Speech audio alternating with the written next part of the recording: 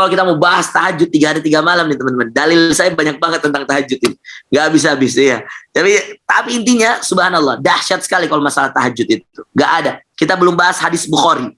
Kata Rasulullah SAW, nazala rabbukum, Tuhan kalian turun di setiap sepertiga malam terakhir. Ayo, itu belum kita bahas itu.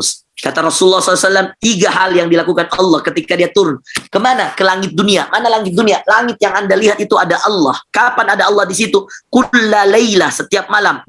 Waktunya kapan Ustaz? Sepertiga malam terakhir. Dan itulah sebaik-baik waktu untuk bertahajud. Sepertiga malam terakhir. Ada Allah. Dan Allah bertanya 3 hal min sa'ilin fa'utiyah.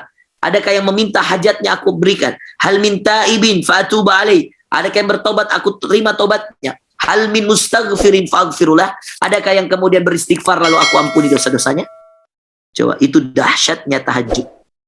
Kamu langsung dilihat oleh Allah. Iya. Kalau Pak Jokowi bilang gini, misal Pak Jokowi bilang, nanti sore saya mau ke rumahnya Mas Huday, misal. Pasti Mas Huday ya nyiapin itu, ya, nyiapin rumah, nanti mau ngasih makan apa Pak Jokowi, terus tehnya beliin teh apa gitu. Misal ini contoh aja ya. Ya.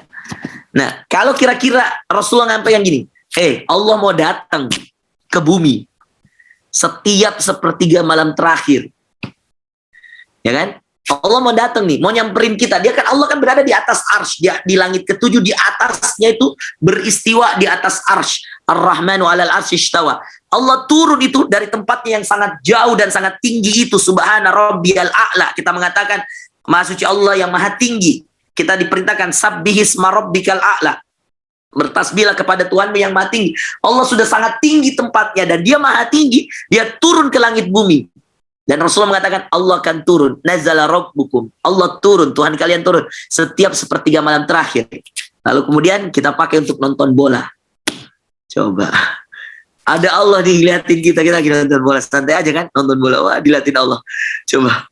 Ada yang cuma pakai buat kencing tuh. Gak sopan ini orang. Iya. Dia bangun kencingnya, habis dia buang air kecil, dia tidur lagi. Terus dilihatin sama Allah. Gitu, ya Allah lihat, ya Allah ini hambaku, aku tungguin dia sholat. Dia cuma bangun buang air kecil. Iya. Ada yang cuma bangun buat lihat WhatsApp-nya. Dia tahu ini sepertiga malam terakhir, dia balas WA, dia ini, selesai. Dan ada yang lebih parah teman-teman, dia bangun hanya untuk nonton drama Koreanya. La ilaha illallah. Coba ngerinya ini, para akhwat, hati-hati para ibu-ibu, ya Allah. Ya, ada kan anak-anak muda tuh begadang hanya untuk nonton drama Korea.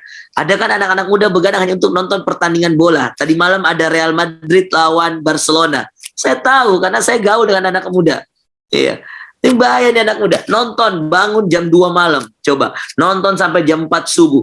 Habis itu gak tahajud, gak apa, katanya udah tidur dulu Ustaz. Mau bangun saat subuh, subuhnya jadi telat.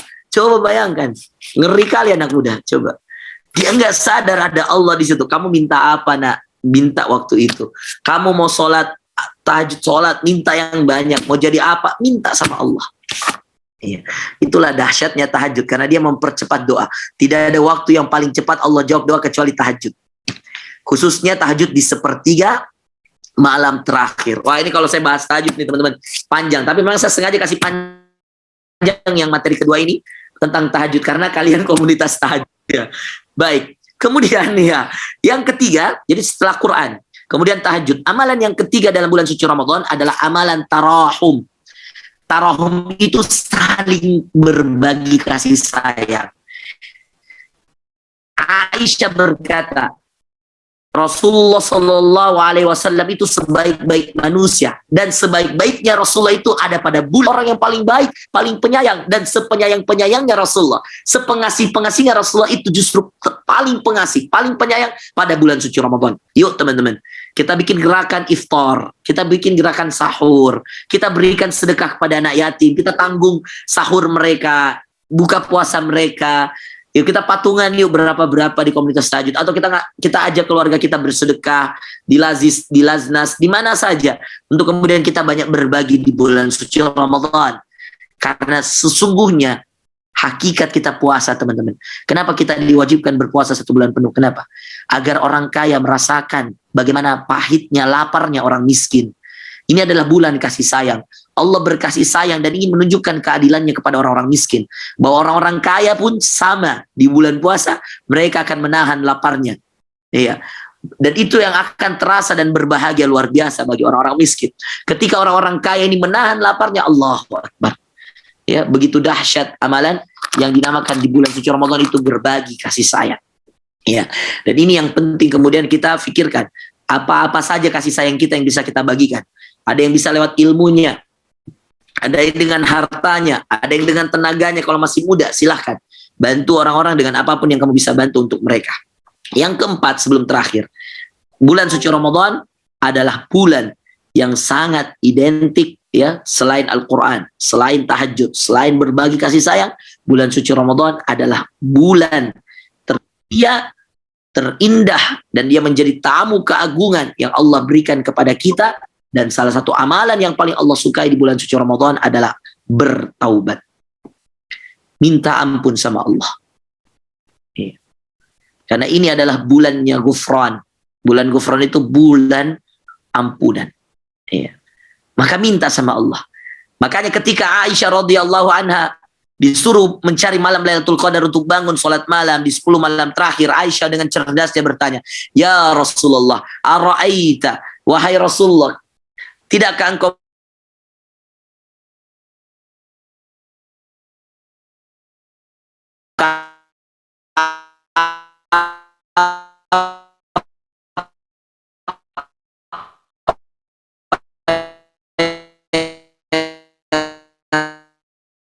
wahai Aisyah, ya Allah, engkau maha pemaaf, engkau mencintai maaf, maafkan kami."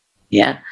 Ya Allah, engkau maha pemaaf, engkau mencintai maaf, maafkan kami. Maka bulan suci Ramadan adalah bulan yang paling tepat untuk kita segera bertaubat, minta ampun kepada Allah Azza wa Jalla. Ya, perbanyak istighfar, perbanyak taubat kepada Allah.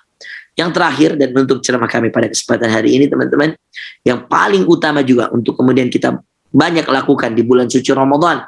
Dan ini adalah bagian dari sunnah Nabi kita Muhammad sallallahu alaihi wasallam, khususnya pada 10 malam terakhir, yaitu amalan yang berkaitan dengan i'tikaf. Saya perlu jelaskan sedikit bahwa i'tikaf tidak harus 10 malam terakhir.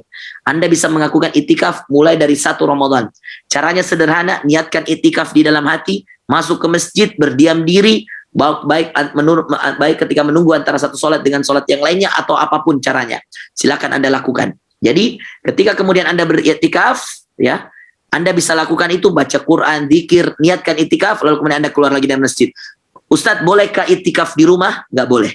Karena iktikaf itu memang identiknya dengan masjid, ya. Dan itu sudah ditegaskan oleh Allah Azza wa Jalla, dan dalam hadis Rasulullah Shallallahu Alaihi Wasallam juga sudah menegaskan itu. Maka beriktikaf itu di masjid. Nah, kalau kemudian di tengah pandemi seperti ini Anda tidak bisa ke masjid, ya sudah, berarti Anda mengganti dengan membanyak membaca Al-Quran di rumah, banyak bersolat di rumah, dan seterusnya. Kalau Anda bisa ke masjid, setiap kali Anda ke masjid, niatkan juga iktikaf.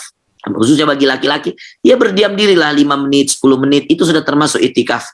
Tidak harus 5 jam, tidak harus 10 jam, tidak harus semalaman, tidak harus.